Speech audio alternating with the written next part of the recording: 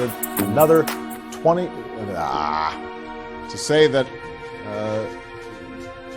they say that doing that'll work. Let's start over. The president has lost his prompter. Joe Lockhart, has he lost the magic? Savannah, he's gone from yes we can to no I can't. I can't get that. I will also visit Chile. I will also visit Chile. Okay, let's try that again. Axelrod wanted me to use a teleprompter, but I told him I'm much better when I wing it. Joe Biden, There goes Biden again. as a president, loses his teleprompter.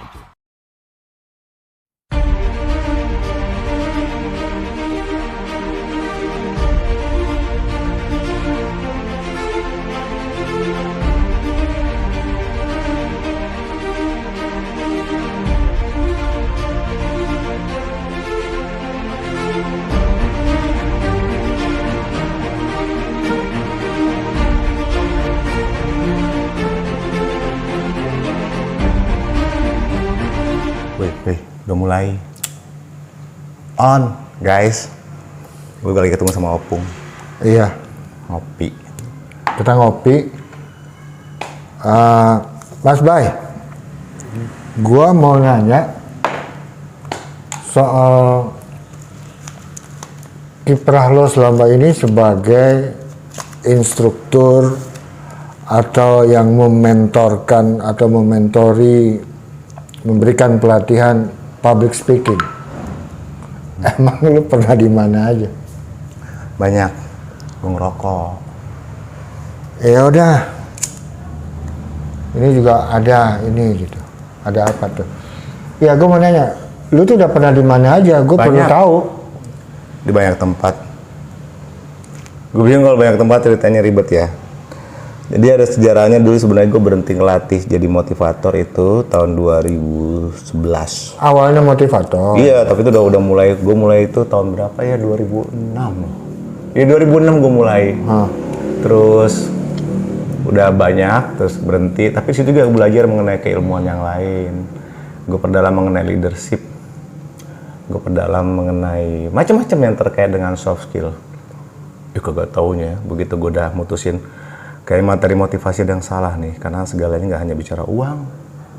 Gue berhenti, gue pamit dari situ. Gue justru ibaratnya tuh gue punya keilmuan baru yang gue perdalam, public speaking.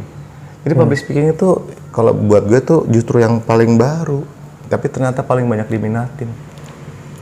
Mulai dia gue ngelatih kemana-mana. Iya, gitu. artinya kan kalau ngelihat sampai lo memutuskan untuk di public speaking. Temenin gue ngerokok. Iya, ntar.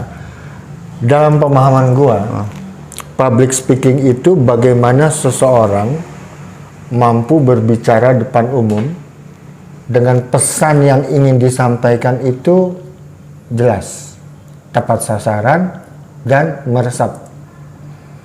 Itu pengertian gua tentang public speaking. Belakang ada apaan sih sana?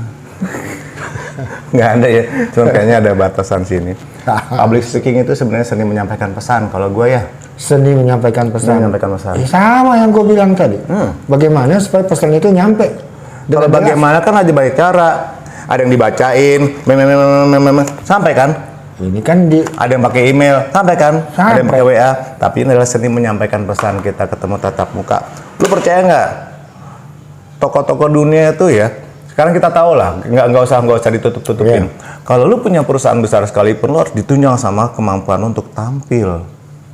Contoh, Apple sama Steve Jobs itu nama pribadi, ya, yang didukung sama kemampuan Apple-nya itu sendiri. Apple butuh nama pribadi brand ambasadornya atau dutanya Steve Jobs. Terus kemudian kalau kita lihat lagi yang Alibaba, Jack Ma, begitu juga. Belum lagi Elon Musk, begitu juga. Semua harus memiliki kemampuan berbicara yang baik di depan publik. Jadi kalau misalnya cuma menyampaikan pesan doang, ya menyampaikan pesan macam-macam, bisa aja pakai video gini, video diedit segala macam. Kan lagi musim begitu. Itu nggak ada seninya sama sekali. Jadi yang lo maksud menyampaikan pesan yang seperti gimana? Pesan adalah apa sih yang akan diterima orang lain lagi dalam benak pemikiran dia sampai ke hati dia sampai berujung pada tindakan yang baru. Kalau menurut gua ya. Jadi kalau pesan asal lewat doang nggak usah lo bicara public speaking, nggak usah latihan, buang-buang waktu, buang-buang uang. Ini kadang-kadang motong kalimat gue tadi. Gue bilang menyampaikan pesan dengan tepat, dengan benar, sesuai dengan target. Lo langsung ke strategi. Kan gue bilang begitu. Strategi bicara ya. Iya. Oke, teman-teman. Jadi Karena kalau banyak gini. Kayak lo ngomong tadi apa Steve Jobs, ya kan sampai ke Jack Ma, lo ngomong ini ada produknya. Kalau dia salah, nggak bisa mengkomunikasikan, nggak bisa menjelaskan atau salah, kan dampaknya beda. pemirsa, tidaklah yang bertanya kecuali dia tahu jawabannya, baru jawab sendiri. Itulah penting public speaking, kurang lebih seperti itu. Nah, gitu gue bisa dong ngelatih public speaking. Bisa, semua orang juga bisa. Permasalahannya dia harus tampil dulu. Gue udah sering tampil. Bagus. Maka Popularitas bisa membuat gue tampil. Ya. Respect Ya. ke diri gue bisa membuat gue tampil. Iya. Jabatan, kekuasaan bisa membuat diri gue tampil. Iya. Terus masalahnya di mana? Masalahnya adalah gini. Yang namanya Obama itu belajar public speaking udah lama. Dia tidak berdiri di depan panggung karena jabatannya sebagai presiden. Iya. Steve Jobs itu sudah punya produk yang bagus sejak lama. Dia tidak tampil di panggung gara-gara Apple-nya waktu itu udah langsung naik itu ya. Tidak. Jack Ma juga begitu, udah dari lama. Ke Indonesia masih begitu. Jadi itu karena berdasarkan tuntutan perannya dia sebagai apa baru dia tampil. Tidak, semua perlu berlatih, banyak Tapi proses. gue tampil semua tepuk tangan. Nggak apa-apa, bagus. Kami tampilkan Roy Agusta, kemudian gue tampil, orang semua tepuk tangan. Opung, Keren nggak tuh bos? Kalau di dunia politik itu tepuk tangan dihitung. Berapa kali tepuk tangan itu dihitung. Sehingga kalimat-kalimat dia itu dipotong-potong supaya dapat tepuk tangan, supaya dapat kemeriahan dihitung. Coba aja rata-rata pemimpin dunia pakai teleprompter. Iya lu, jadi semua udah settingan semua. Gue bisa buktiin kok, banyak itu, cek gitu aja. ya? Banyak. Berapa kali tepuk Jadi tangan segala macam lu udah settingan. orang tepuk tangan itu bukan ke gua ya. Iya. Karena gue punya jabatan, karena merasa nggak enak gitu. Iya, ya. seperti Karena itu. pertemanan gitu ya. Iya, nggak natural. Ya gue baru sadar sih. Lo cek Bung Karno. Gue memang belajar dari beliau. Dia kan Orator terbaik di Indonesia sampai saat ini dia. Yang lain berusaha ngikut-ngikut, soalnya nggak nyampe. Oh ya. Grade-nya beda, kelasnya beda. Sadar diri dong, tiba-tiba ada calon pemimpin yang tampil dengan gaya Bung Karno. Lu siapa? Eranya udah beda. Lu nggak bawa apa-apanya dia. Bung Karno tuh yang dia mauin, yang beliau mau menurut gua ya, itu adalah konsep berpikirnya, cara berbicaranya udah tidak harus mirip-mirip dia. Emang lo kalau mirip-mirip dia, mempelajari dia langsung jadi dia, mimikri gitu, kagak bisa. Kembali ke pesan tadi ya. Kalau kita punya pesan, dikemaslah pesan tersebut dengan kaidah-kaidah yang memang selayaknya diikutin. Lebih update ya. Gue tadi kalimat lo tadi gue agak seneng juga gitu. Artinya begini, walaupun lo niru, belum tentu, bukan otomatis lo jadi seperti dia. Iya, jauh. Iya kan? Iya. Mungkin pada waktu itu Bung Karno merasa perlu bergaya seperti itu, menyampaikan pidatonya atau orasinya dengan gaya seperti itu karena memang eranya situasinya itu. juga membutuhkan seperti Kita itu. membutuhkan hero. Iya. Sekarang kita pakai gayanya Telat Jack, telat bro, lo nyontek ngikutin yang udah masanya lewat. Lagian lo juga siapa? Kapasitasnya nggak nyampe ke situ, Opung. Kapasitas berpikir. Gue pikir kalau gue meniru gaya Bung Karno bisa kayak Bung Karno, jadi orang ngelihat, wih ini dia nih stereotipnya lain. Bung Karno. Enggak ya? Enggak. Gue udah kegeeran. Enggak. Tapi itu bagus ya Opung dibanding yang tidak belajar sama sekali. Ya, gua perlu belajar bos. Ini serius. Jadi kalau di tempat lain tuh ya, gue banyak sering lihat. Kita nih sebagai audien, gue juga sering datang sih ya. Bahkan gue jadi peserta untuk public speaking berkali-kali Opung. Kan gue juga harus tes. Ada public speaking, Gue ikut. lo ikut sebagai peserta. Siswa. Nah terus Ya gue diem. lo ngetes. Karena gue siswa. Gue diem. Oh gitu. Posisi gue sebagai siswa. Tanda tangan ada yang nanya tuh. kok baju gini, Pak Bay gini. Ya gue disuruh maju. Nggak sekali 2 kali. Lu jangan salahin gue kalau gue maju ya. Karena lain sama yang itu temen gue yang ngundang gue, maju aja Bay. Ya udah gue maju. Wah kelas langsung berantakan bro. Opung berantakan. Kenapa? Gaya gue lain. Wah mereka kaget semua. Sampai akhirnya si penyaji materi bilang, Mbak ini siapa sebenarnya? Gue bilang, gue pelatih public speaking tercepat di dunia, Opung. Berarti lu belajar di komunitas Citayam Fashion Week juga ya? Lewat nah Citayam kan itu. Gue malah mau ngajarin di sono kalau ada kesempatannya. Enggak, sekarang gini. Yang ngasih gue gelar, public speaking yang ngasih gue gelar itu Chris Danam, Global Ambassador Zig Ziglar Worldwide, ngasih gelar gue seperti itu waktu itu. Ya gue terima aja, bagus kok. Karena dia ngeliat kok cepet banget sih. Iya, memang gue udah pernah ngelatih di banyak tempat seperti itu, terutama di departemen-departemen waktu itu ya. Metodenya udah gue temukan, terus kemudian. Tapi yang paling pasti, coba cek mana yang paling penting saat itu. Pesan itu sendiri atau si penyampainya? Ayo. Pesannya? Hah? Pesan lo? Pesan atau penyampainya? Orang banyak salah, Opung. Sehingga dia pikir materi itu harus berat, harus berbobot, baru dia tampil. Dia terikat sama materinya. Enggak begitu. Enggak begitu. Bagaimana dia menyajikan materi itu poin yang masih lebih utama. Ya berarti kan pesannya dong yang lebih penting. Bagaimana menyajikan pesan itu? Bagaimana menyajikan pesan itu supaya artinya yang gue ngomong tadi dong. Iya. Artinya dia tepat guna ya, tepat sasaran, sesuai dengan target gitu. Iya. Kan, ya. Tapi ini dulu nih, gue mau nanya. Penting nggak public speaking itu? Satu. Nggak penting, Opung. Ya kenapa lu bikin pelatihan public speaking kalau bilang nggak penting? Penting bagi orang yang mau menampilkan pesan kepada orang lain, penting yang ingin membawa perubahan bagi orang lain, penting yang ingin menyajikan keilmuannya bagi orang lain, penting bagi orang yang ingin mengarahkan organisasi dengan Iya, baik, berarti penting bagi dong. orang yang mau memimpin. Nggak semuanya ada yang mau begitu. Serius, beberapa tokoh di Indonesia aja kalau ngomong kita lihat aja nih, karena menurut dia nggak penting, yang penting dijalanin sistem, pakai surat-surat segala macam beres. Apalagi organisasi besar. Dia pakai powernya, ya, kurang dia lebih pakai seperti jabatannya. itu. Berarti kan public speaking nggak penting buat dia. Dia bisa aja nyuruh orang lain buat tampil. Iya. Dia lupa dunia, mau kenal dia, mau kenal produknya, mau kenal perusahaannya. Lo mewakili gua memberikan sambutan. Kan sering tuh, kalau pejabat suka diwakilkan oleh. Lo mau tau bahasa gua? Lo pengecut. Kan gua sibuk. Cemen itu alasan. Lo kan duitanya perusahaan lo yang punya. Misalkan lo organisasi top level, lo harus tampil.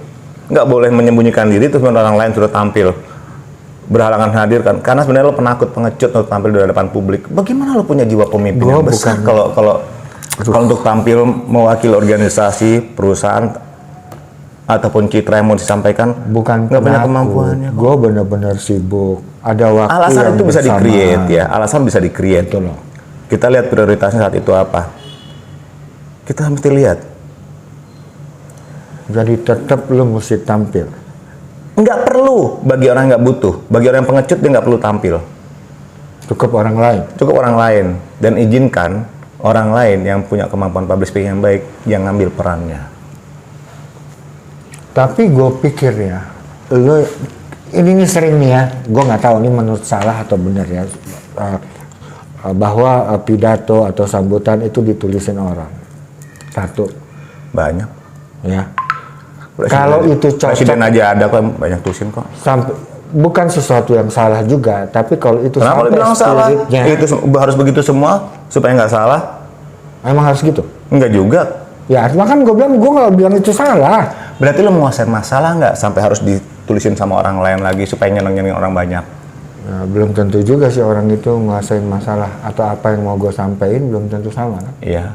Itu satu. Harus chemistry antara materinya itu. Betul. Yang kedua adalah ketika orang melihat si penyampai pesan kemudian digantikan, bisa aja. Ini kopi.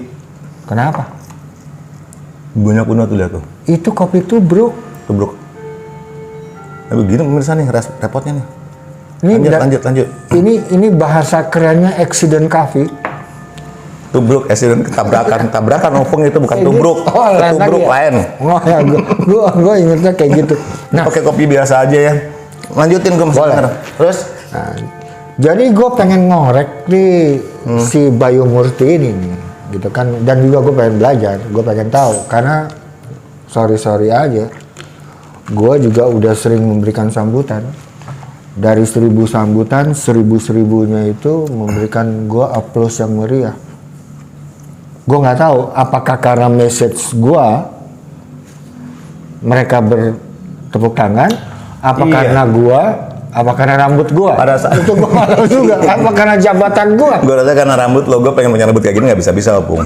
Lo mesti belajar dari gue. Iya, gitu terus kan? rambut Nah, ya. Jadi gue mau tanya nih ya, artinya begini. Sorry, lo ngasih sambutan itu di organisasi lo, kantor lo, lingkungan lo atau apa? Ada di luar juga, lintas profesi, lintas agama, lintas suku, sampai di tengah-tengah kepadatan lalu lintas.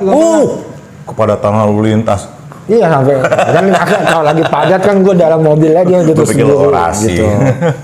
Nah, gue ada orang menikmati ketika dia memberikan sambutan. Menikmati. Soal sambutannya itu nyampe atau enggak itu urusan yang beda. Malah kadang-kadang dia tanya, gimana tadi sambutan gue? Lalu dia bisa berusaha Langsung lah terjadi. minta tanggapan dari orang lain, minta pujian. Enggak minta pujian, jangan minta dijilat. Bahasa lo tuh Supaya pedes dibilang, amat sih. Iya kan? Supaya kacungin jempol orang-orangnya. Iya, untungannya jempol gue cuma 2. Kalau kaki atau tangan gue ada 8, jempol gue bisa 8. Ini supaya matiin ininya waktunya ya. Kadang-kadang waktu itu pernah lo kagak kepencet Opung, tensin Jack. Tapi gue ngeliat sana nggak apa-apa ya. Nggak apa-apa. Nah, Oke, gue balikin lagi ya Pung ya. Pada saat kita memberikan sambutan atau materi, kita lihat materi itu yang kita sampaikan tuh given, udah ada tinggal kita bacain atau lo create sendiri. Satu. Kedua, ada tingkatan-tingkatan dalam public speaking. Dia menyampaikan pesan biasa, atau dia dengan suara lantang, orasi lah sebut ya. Atau dia ke level yang agak lebih tinggi, inspirational speaker, itu udah berbeda lagi. Lain lagi. Jadi kadang-kadang orang nggak perlu tepuk tangan segala macam, tapi orang berpikir begini, oh iya benar juga ya. Kemudian terjadi penyadaran dari dia dan melakukan kuncinya perubahan. bukan soal seberapa banyak dapat tepuk tangan ya. Enggak. Ya. Bukan itu. Sebetulnya gue pengen nanya seberapa penting penguasaan materi dan tapi gue mau nanya yang lain dulu nih. Basic dulu deh. Kenapa Basic public dulu. speaking itu penting ya? Iya, kenapa public speaking itu penting? Pertama, gue tahu sebagian besar orang Indonesia cendekiawan mau dia intelektual itu tingkat gagal bacanya tinggi. Artinya dia bacanya seringkali ngaco. Iya. Tapi kadang-kadang dia bisa berapi-api ketika menyampaikan pidato. Bohong. Dia Gagal baca kan yang diisi cuma sedikit doang. Terus Ya, kemudian kan dia harus cara tampil, bacanya. harus ada drama. ya mendramatisir gayanya. Drama. Seolah-olah orang begini. Enggak, orang di level kedewasaan intelektual ngeliat drama itu udah biasa. Kemudian ngeliat begini, intinya apa sih gitu. Ya, sebetulnya lu mau ngomong apa sih? Intinya apa? Jadi bagus dalam tanda kutip atau tidaknya sebuah ketika lo ada di Sebuah depan presentasi, publik, ya kan? sebuah penampilan. Itu bukan soal lamanya, Bukan. tapi seberapa Impact. efektifnya Dampak. atau impactnya ya, Iya. dengan apa yang lo sampaikan, gitu kan ya? Benar. Gue level gue naik. Udah. Lu bohongin gua, lu senior lu, ya lu merendah aja. Enggak lah, kita tuh mesti belajar karena begini bos, ya ada orang merasa besar kepala ketika disebut senior, tapi sebetulnya gue malu kalau disebut senior. Kenapa? Generasi muda sekarang itu jauh lebih berwawasan, jauh lebih punya intelektualitas yang lebih baik, ya kan? Iya, Mang. Sementara gue merasa senior dengan ilmu yang Lu sekian ngomongin puluh lo tahun. sendiri atau ngomongin orang lain nih, yang di luar sana nih? Gue mau nyindir lo. Lo. Ya anggap aja kan lagi-lagi banyak gitu kan. Jadi gini Opung ya, senioritas itu bukan berdasarkan usia. Di Gua dunia setuju. profesional, Tadi lu nyanjung gue tapi tiba-tiba sekarang lo ngebanting Kan gue. Ini kan kadang-kadang teknik. Jadi gini, iya gue balik deh. bahasamu itu loh. Public speaking itu penting. Setiap orang yang tahu manfaat public speaking, satu, dia pasti punya pengaruh lebih besar dibanding orang yang sebatas mendengarkan. Itu ngomong impact ya. Duduk ya, beda. Pasti yang berbicara lebih banyak disimak orang. Kelihatan pula bahwa dia punya kemampuan intelektual yang tinggi. Karir kalau di perusahaan pasti lebih cepat naiknya, karena dia suatu saat harus menjadi brand ambassador bagi perusahaan maupun bagi produknya. Serius? Oh iya dong, cek aja. Kemampuan berbicara, oh iya. Itu berpengaruh terhadap karir? Banget. Salesperson itu harus punya kemampuan bicara yang bagus, salesperson. Kemudian consultant pun begitu. Brand ambassador apapun juga memang lagi diminta. Namanya ada yang Widya Iswara atau segala macam, ya. Macam-macam, dan memang itu dibutuhkan. Semua butuh kemampuan public speaking. Walaupun era internet sekarang udah seperti ini, beda lagi permainannya. Tapi ya. Jadi seseorang yang punya kemampuan berbicara di hadapan lensa kamera seperti ini berbeda pada saat dia tampil di panggung. Beda banget itu. Vlogger sama yang mereka profesional di depan kamera itu beda ya? Beda. Apakah guys, apa gini? Semua juga bisa ya? Iya, karena dia kan hanya kamera itu. Aja susah loh, Pung. Kita harus appreciate kan untuk ya, walaupun nggak semua juga bisa kayak begitu kan? Apalagi pada saat dia bisa menampilkan hal yang sama pada saat di atas panggung. Oke, karir cepat, pengaruh cepat, terus kemudian orang lihat lagi dong, lebih seksi, Opung. Gue jadi baper. Kemampuan public speaking ya, pakailah kaidah gue, seksi. Apa itu? Orang akan lihat smart. Seksi, S-nya tuh Smart. Excellent, Iya, extraordinary, extraordinary. Tapi yang paling penting, why? Be yourself. Pada saat lo tampil, pakailah gaya sendiri. Nggak usah memplagiat orang lain. That's sexy. Y-nya gue nggak setuju. Apa? S-nya tadi smart, E-nya Excellent. excellent, Harus tampil excellent. X-nya extraordinary. Iya. Y-nya Iya. yaitu gue. Harusnya semua orang juga punya pemikiran seperti itu, Pu. Kalau bisa seperti itu, gue bisa mengajar public speaking tingkat dewa. Bisa. Kayak gitu ya. Gini, teman-teman, lu akan dilihat seksi kalau lu punya kemampuan untuk tampil di hadapan publik dengan kaidah tadi. Bos, gue ketika lo berbicara seksi, itu yang ada dalam benak gue, itu lo di sebuah panggung, pakai rok mini. Udah nggak lagi, apa? Udah nggak lagi. Selamat sore, silakan masuk. Udah nggak lagi. Udah nggak gitu seksi lagi. itu sekarang kapasitas. Yang ada di sini. Iya. Bagaimana lo mengimplementasikan sesuatu. gitu ya, atau mempresentasikan kepada umum. Iya. Bagaimana akhirnya hasil dari presentasi lo bisa membuat pengaruh terhadap produk, terhadap organisasi atau apapun juga, itu yang diminta seperti itu. Berarti gue harus ngerubah. Iya, jadi kalau misalkan ternyata dia berpikir tetap bilang gue nggak butuh kemampuan public speaking, itu choice, pilihan, hanya belum tahu. Tapi seandainya gue tahu bahwa manfaat public speaking itu penting, gue akan belajar public speaking dari SMA. Karena itu beda. Nah, sehingga kalau misalkan ternyata lo punya waktu saat ini, misalnya buat adik-adik semua ya, atau buat orang tua yang sadar bahwa anaknya punya potensi, kasih dia pelatihan public speaking. Dan lo tahu mesti berarti ke siapa? Kiblatnya ke siapa? Ke orator-orator ulung. Salah. Hah? Salah. Salah. Karena belum tentu setiap public speaking adalah orator. Gua Udah ke info ada kiblat gua ke Shakespeare. Itu kan drama, berbeda. Toastmaster level dunia ya itu udah mengarah ke seperti Shakespeare. Gua ngomong jujur. Gua dalam berbagai perilaku, apapun yang gue lakukan, yang gue mainin adalah sebuah drama. Hidup adalah drama. Ada perbedaan gini. Kalau lu lihat Toastmaster, termasuk bicara depan kalau lu lihat Toastmaster ya, lihat aja di YouTube ya, itu mereka lebih ke arah dramatikalnya. Mbak, mau ngopi silakan, Mbak. Sudah disediakan. Lihat teatrikal gayanya ya. Beda benar kalau kita misalnya, anggaplah contoh Hillary Clinton. Wah, tampilnya asik loh dia. Dia belajar. Obama, oke. Keren dia. Lu mundur lihat Bill Clinton tuh jago.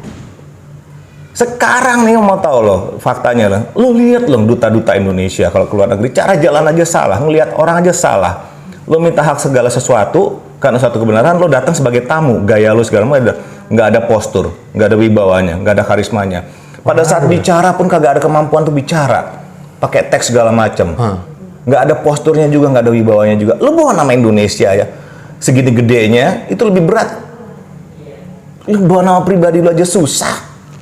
Lo jangan deh cuma ngayal jadi mau tampil-tampil segala macam kalau nggak punya kemampuan public speaking. Udah gitu lo tinggal pada saat lo punya kemampuan public speaking. Itu aja disepelein. Iya, pada saat lo punya kemampuan public speaking, orang tahu lo nyontek gaya si anu. Lo no kelas kalau bahasa gua. Gue pahit kalau ngeliatin. No kelas, nggak ada kelasnya di mata gua. Lo hanya tampil karena lo punya jabatan. Jabatan lo raih karena faktor tertentu.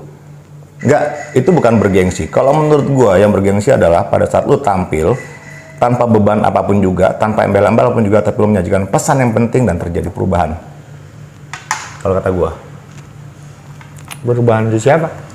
Audien dong. Akhirnya di gua, sorry. Lu juga pasti. Ya kan gue kepengen ketika gue tampil, ketika gue berbicara di depan umum, ketika gue berjalan di depan umum, ketika gue menyampaikan pesan, itu juga punya impact ke dalam diri gue. Udah pasti, Opung. Jabatan gue naik. Udah pasti. Karena udah kita bahas tadi tuh. Pengaruh akan meningkat, semuanya akan meningkat. Itulah dampak public speaking.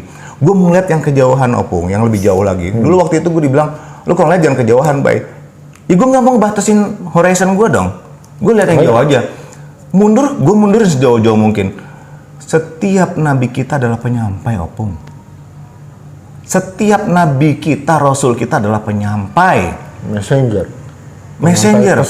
Artinya ada satu hal yang mesti kita pelajarin. Tuhan menitipkan kita berbicara melalui lidah kita untuk membawa satu perubahan. Tidak lagi berbicara untuk dalam kapasitas ego tertentu. Tidak. Itu masih kelas dasar kalau menurut gua. Jadi sebagaimanapun hebatnya lu tampil membawa ego, no kelas buat gua. Apa dampaknya bagi orang lain? Pembaharuan seperti apa yang positif? Itu baru gua respect. Gua tampil modis dengan baju mahal, dengan gaya yang aduhai. Menurut orang itu sangat bahenol. Iya. Apakah itu bisa punya impact positif dengan pesan yang gue sampaikan? Bisa. Tapi ke guanya enggak? Atau ke guanya? Akhirnya lo yang jawab kan? Lo ngeliatnya apa? Pesannya atau penampilannya dia? Kalau dari mana? Ada dua hal yang penting. Pesan itu sendiri atau si penyaji pesan. Ya, kalau dia menyajikan pesan ya dengan penampilan lebih oke, pakaiannya dikurang-kurangin, dipadat-padatin segala macam ya, dia lebih seksi ya. Bukan itu, seksi adalah kapasitas saat ini. Jadi kayak daging beku aja di atas sana walaupun cakep juga kayak gua mau tahu jawaban antara penyampai pesan dengan pesan mana yang lebih penting? Keduanya harus seimbang. Nggak bisa cuma pesannya doang. Penyampai pesan ngerti nggak pesan yang disampaikan itu apa? Dan isi pesan tadi bisa mengenai orang banyak nggak? Karena ini bisa di-create loh. Ada yang given, ada yang di-create loh. Itu paket, Opung. Ya. Jadi buat teman-teman sekarang ya, yang udah telanjur udah dengerin ini terlalu panjang seperti ini dan mudah-mudahan bermanfaat. Kalau lu ngerasa butuh public speaking, mulailah dari sekarang. Umur gue udah segini, jabatan udah nggak ada, pengaruh nggak ada. Gue belajar public speaking buat apa? Justru karena itu supaya dapat pengaruh. Dan materi yang disajikan kita lihat ya. Perjalanan hidup lo itu penuh keilmuan, itu yang mesti disajikan ke generasi berikutnya. Itu adalah keilmuan yang perlu disajikan pada orang yang membutuhkan. Tampil aja.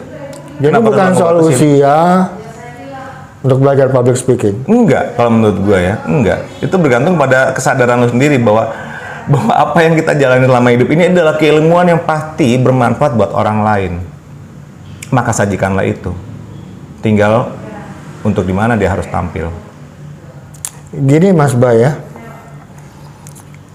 gue ngobrol, gue mau lo ngangkat gue, kalau malah ngejatuhin gue sih.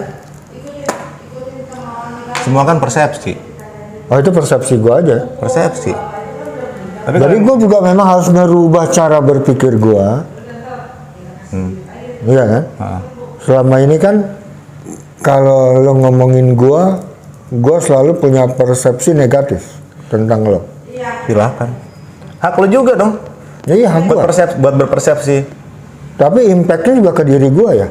Iya, satu. Dan yang kalau lo tampil di publik, lo punya kesempatan untuk meluruskan persepsi yang salah, meluruskan informasi yang benar. Hati-hati, kebenaran beda dengan pembenaran. Lo berbicaralah karena satu. Enggak, gua kalau Geser soal ke Pancasila pembenaran ya. gua terbiasa lah. Geser Pancasila ya. Lo akan berbicara berdasarkan nilai-nilai ketuhanan lo. Maka berbicaralah karena Tuhan minta lo bicara, bukan lo yang mau bicara. Itu sebabnya pada saat mau tampil gue selalu berdoa dulu. Karena gue ingat, tanpa izin dia, gue gak akan bisa bicara. Yang kedua, gue merespek audiens gue. Itu dulu, yang pertama soal ketuhanan. Ketika lo tampil, bahwa ada penugasan yang Tuhan berikan sama kita. Udah sadar belum? Berarti lo jangan curi perhatian. Ngapain? Nah, kita petugasnya Tuhan kok. Tidaklah lidah ini pada saat berbicara tanpa izin Tuhan. Begitu pula dengan isi materi. Nah, gue pikir selalu gue berbicara orang dapat aplaus karena gue jago. Itu karena berarti gua- lo nerima kan? Iya. Ini siapa lagi datang-datang ganggu? Ntar lo gue lagi emosi sama yang satu ini. Itu masih membawa ego pribadi. Ini kita kedatangan bidadari nih. Hai. Buat nggak datang. Oh ya udah. Lanjut. Itu bajunya bagus.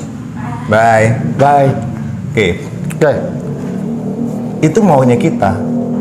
Maka gue pastikan pada saat Pada akhirnya merasa guanya. guanya itu egosentrisnya. Gue dulu nih Opung ya. Setiap gue tampil gue selalu berdoa dulu. Pasti itu minta izin Tuhan.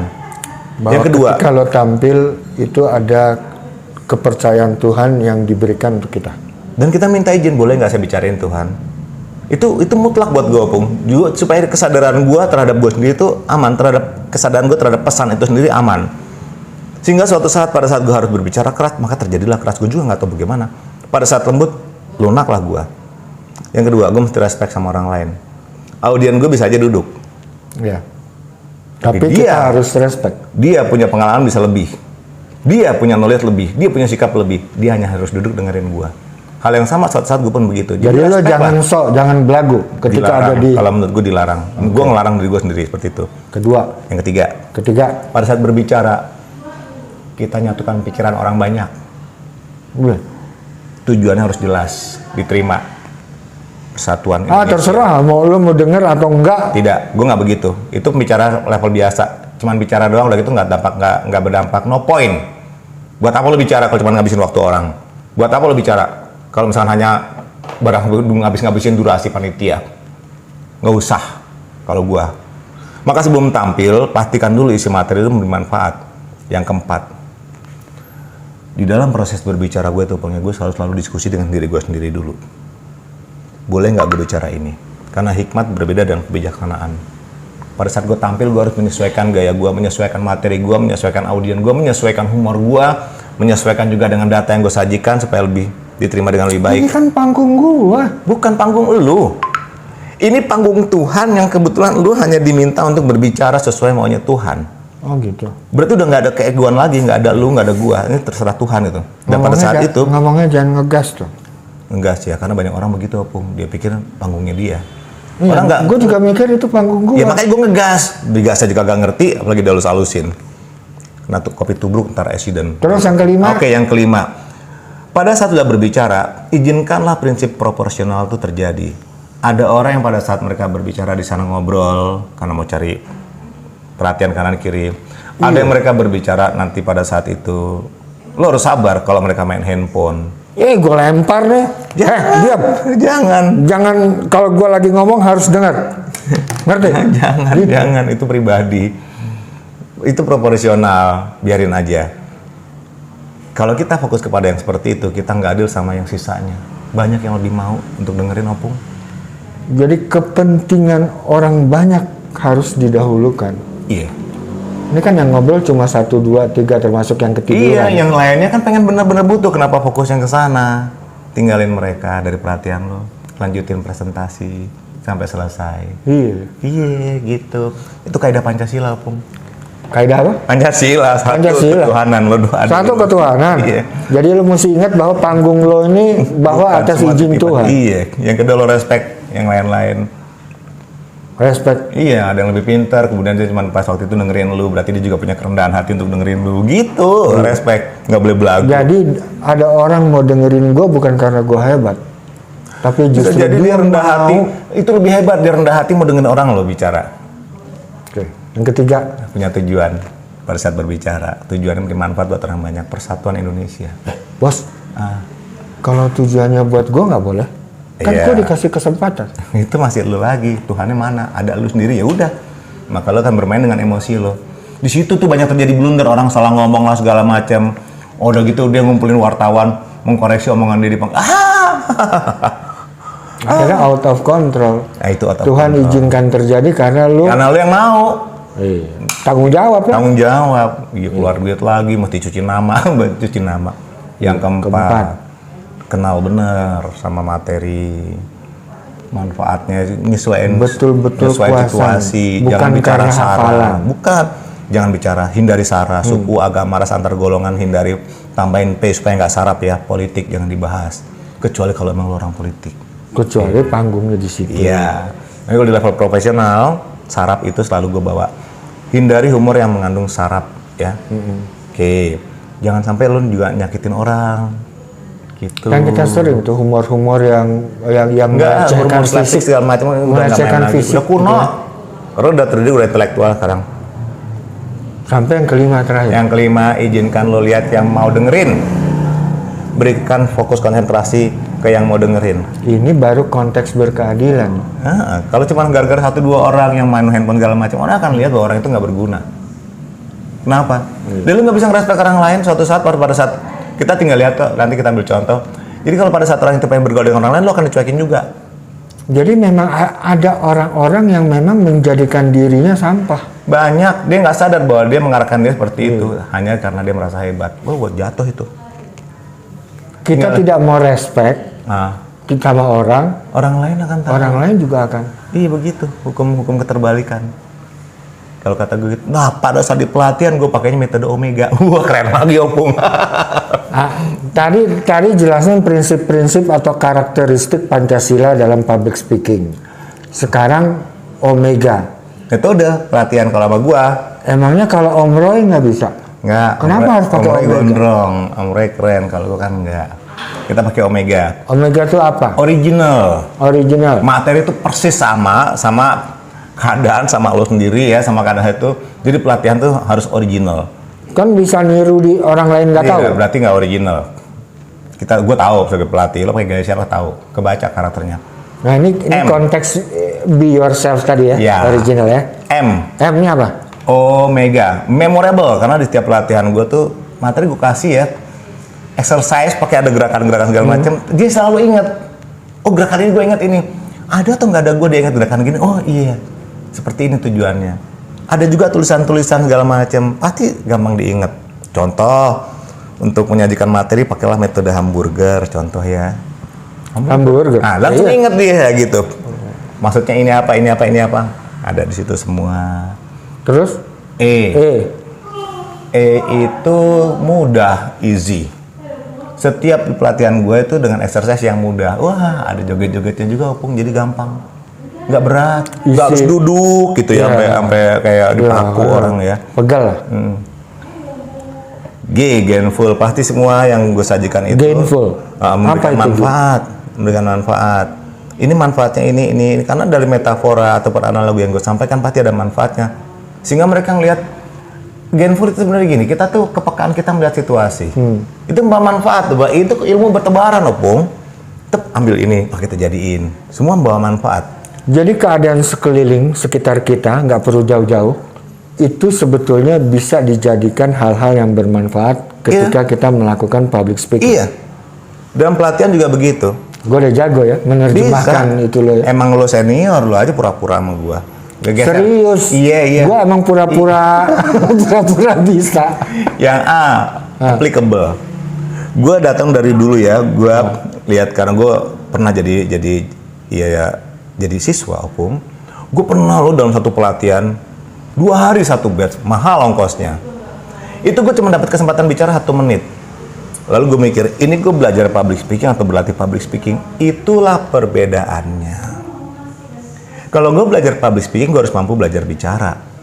Tapi pada saat dijelasin, is your nervousness, ini segala macam, itu hanya ngisi kepala gue doang. Itu hiburan logika yang harus gue bayar malam. Mendingan lo ke toko buku, beli buku, selesai. Iya. Mendingan lo ke YouTube ya, Betul. gratis. Tapi pada saat mau tampil, tiba-tiba gue hanya dikasih waktu semenit, itu pelatihan apaan? Dan di situ dendam gue opung. Setiap siswa gue harus bicara semenjak awal sampai ketemu gaya dia yang original. Memorable diingat orang juga. Easy untuk melihatnya, nggak capek orang lihatnya. Dan gain membawa manfaat. Dan bisa diaplikasikan sama si penerima pesan. Jadi dua arah tuh Omega. Gini Mas Bay, gua nih mau ikut pelatihan lo, tapi gue malu, gengsi. Ntar orang lain lihat gue nih Apa? gue ini kok mau gitu Gue mau. Gue balikin. ngikutin pelatihan-pelatihan, emang perlunya buat apa? Gue balikin ya. Kalau masih sekarang lo masih belajar sama gue sekarang ini, besok belajar lagi tiba-tiba beda sama orang lain, dampaknya apa? Dampaknya sebetulnya ke gue sendiri sih. Baguskah dampaknya atau buruk? Kalau buat gue mau bilang bagus tapi gue malu. Gimana dong? Orang yang akan menilai lo, Opung. Iya. Bahwa lo bagus, bahwa lo bermanfaat buat orang banyak. Selesai. Opung, kalau kata gue Opung ya, lo cari deh pelatih public speaking yang kayak gue. Kalau dapat jago deh. Lo akan datang ke seminar-seminar yang seminar itu cuma orang belajar dari buku ke buku terus kemudian ngasih-ngasih ke yang lain materi gitu doang, contekan. Gue promo nih Opung. Iya kan materi public speaking itu kan banyak. Iya. Bisa dari YouTube, bisa dari buku, bisa dari video-video lain. Iya. Terus mungkin ini yang terakhir karena ini mau habis. Ini timernya. Gue udah paham pentingnya kita belajar public speaking. Bukan soal belajar, kita harus memahami public speaking. Ada yang bagi gue agak kaget juga, berbasis Pancasila tadi. Iya. Itu keunggulan gua. Jadi pada saat itu lo akan berbicara dengan kaidah-kaidah yang memang gak bakal jauh dari yang kita udah pahami dari kecil. Itu kan bagian dari memorable, gampang diingat. Terakhir, Ya. Omega ini. Ya. Jadi itu bagi gua yang membedakan public speaking di sana sama di seorang Bayu Murti. Iya, lo tau gak ciri-cirinya? Kalau di kelas yang pasti siswa gua dia harus tampil tanpa contekan. Nggak ada teleprompter, nggak ada kebetan segala macam. Kalau ada istilah-istilah asing yang kita lupa, no, free hand. Lo harus belajar dulu sebelum tampil, lo kuasain dulu materi. Dan yang kedua, nih lihat orang lain ngajarin. Oke, gue bilang, lo ngapain pakai tepuk tangan? Ice breaking nggak ada. Semua siswa gue, selamat pagi, perkenalkan. Lah begitu langsung nggak pakai. Oke, nggak ada deh. kan suka begitu tuh. Iya bukan Baiklah, bukan dari gua berarti. Semuanya. Apa lo lihat? Emang harus begitu apa? Mana ada level tinggi seperti itu? Gue patokan gue tuh luar, bukan apa-apa, karena emang gue dididik dari sana, dari area sana ya. Mana ada presiden Amerika? Selamat pagi, nggak ada begini, nggak ada. Selamat pagi, buka contekan begini, nggak ada tuh. Fatal aja kalau sama gue. Lu kalau di tempat gue latih supaya lu punya kualitas standar yang memang dari luar. Gini Mas Bay, gue mau dilatih sama lo. Tapi satu syaratnya. Dan gue belum tentu mau ngelatih lo, Opung. Satu syaratnya. Tahu, kalau lu ternyata nggak mau, cuma punya duit doang, gue kagak bakal mau latih. Enggak, gue nggak bakal bayar. Maksudnya bukan itu. Syaratnya cuma satu. Apa? Jangan kasih tahu orang. Iya, emang iya benar. Iya emang benar. Malu nih gua nih kalau sampai orang Lu lain tau nggak, tahu. Opung? Dikasih di luarnya. Ilmu public speaking itu ilmu yang disembunyikan supaya nggak banyak saingan. Kebalikannya kan? Iya. Karena itu senjata rahasia. Public speaking is a secret weapon. Udah gue pamit ah. Public speaking is a secret weapon. That's my statement. as a closing. Emang lu aja yang mau pamit. Gue juga mau Guys, mau pamit. moga-moga bermanfaat. Pastikan bahwa public speaking itu penting. Nah, kan bener kan? Banyak kan ini kan? Banyak itu yang remah-remahnya. Bye guys, thank you for watching, talking, diskusi. Bye. Selamat sore.